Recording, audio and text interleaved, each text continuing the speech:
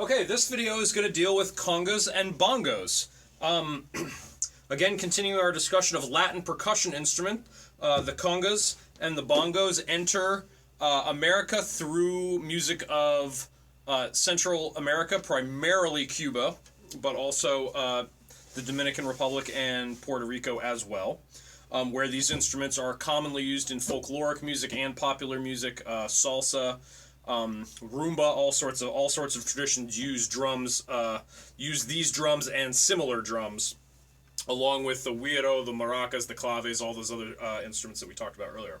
Now, what's interesting about hand drums, and that's different than everything else we've talked about this semester, is you're actually in contact with the instrument, finally. We talked about this a little bit earlier in the semester, that everything that we play, snare drum, timpani, mallets, even drum set, the player isn't actually in physical contact with the instrument the way you are when you play the clarinet or when you use your voice, especially.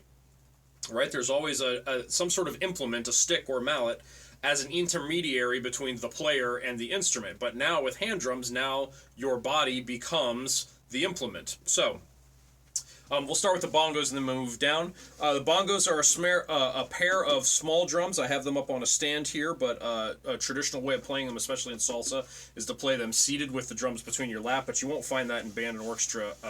You won't find that called for in band and orchestra very often. If you're doing something with Latin jazz band or something like that, then you may run into it. But so the drums are both rather small, 8 and 10 inches respectively. And so, because the drums are smaller, your implement must be smaller. So you're not going to play them with a full hand, where you're going to create a dead sound. You're just going to play them with the length of the fingers. So here's the whole hand versus just a finger. One second, let me get the AC.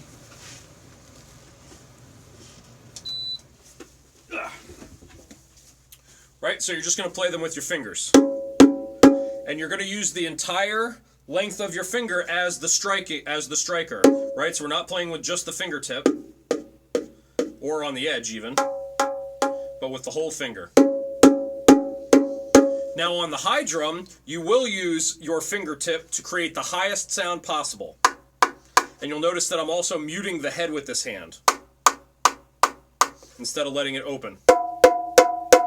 So if you're doing any sort of traditional salsa context, you'll be playing a rhythm that's called the martillo, which means the march or the hammers. And so your non-dominant hand, which in my case is my right hand, is going to be muting this drum while my dominant hand plays sharp high sounds on the high drum and then open tones on the low drum, right? And so a martillo sounds like this.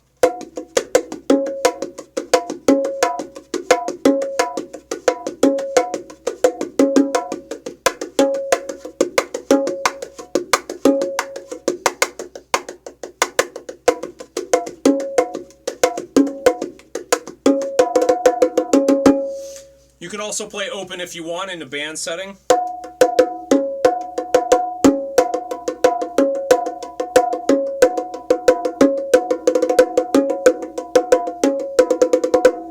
Right, something like that.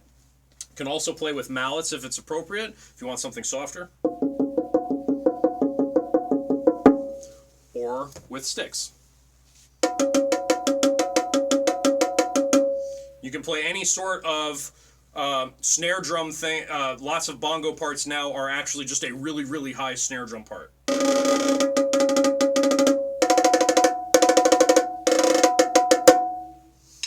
Alright, so that's the bongos. Move those out of the way here.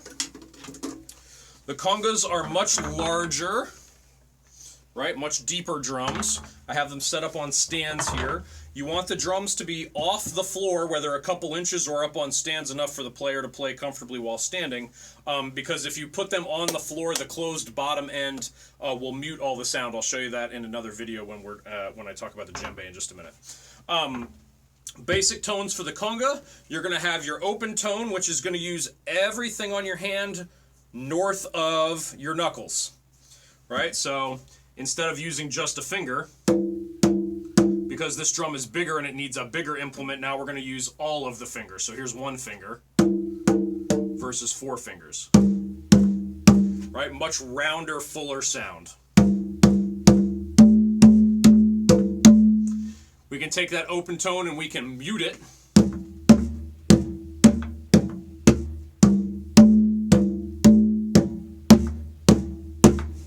All right, so that's open and muffle tones. We can play bass tones, the lowest drum the sound makes. And using a Cuban technique called the heel-toe technique, where you play with the back of your hand and then with your fingers, we can play fast rhythmic patterns.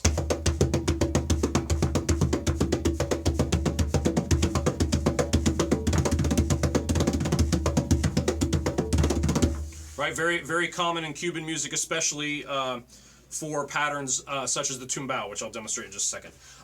The last technique is the slap. This is one of the hardest techniques to master in all of percussion playing.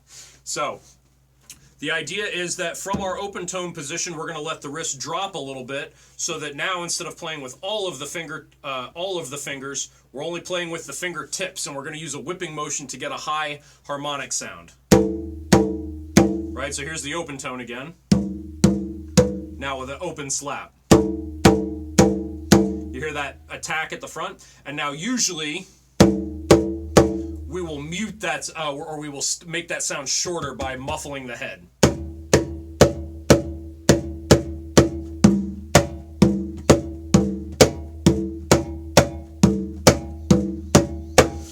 So if we combine all those different techniques together, then we get common patterns like the Tumbao, which is very common in salsa. I'll do this up here on the high drum so I can play the other melody part on the low drum.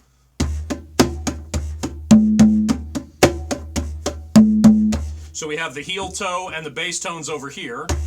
Slap, 3 heel toes, and then 2 opens.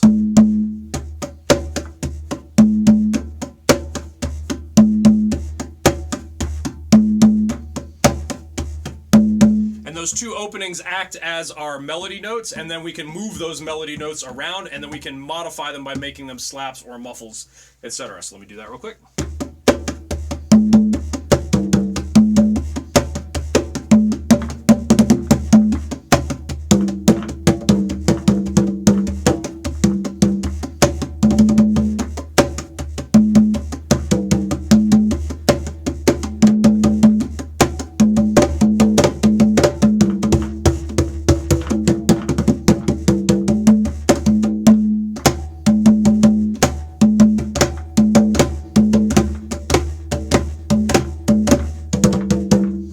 So just a little messing around on the congas there so you can hear the techniques, right? So again, we have hand techniques, but again, unless you're amplifying your player, you're not going to hear these over a full wind ensemble or orchestra, so a lot of conga parts will want the sound of the instrument, but call for it to be played again with mallets if you want something a little warmer. All the same rules of drum heads apply. If you play dead center, you'll get a dead sound. If you move off center, you'll get a more ringing sound. If you go all the way to the edge, you'll get a high nasal sound.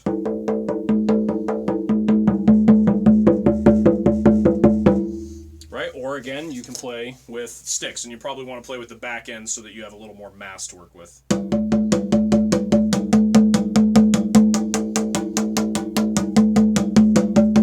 Sometimes you might be asked to play on the shell, that's okay. Or maybe on the rim.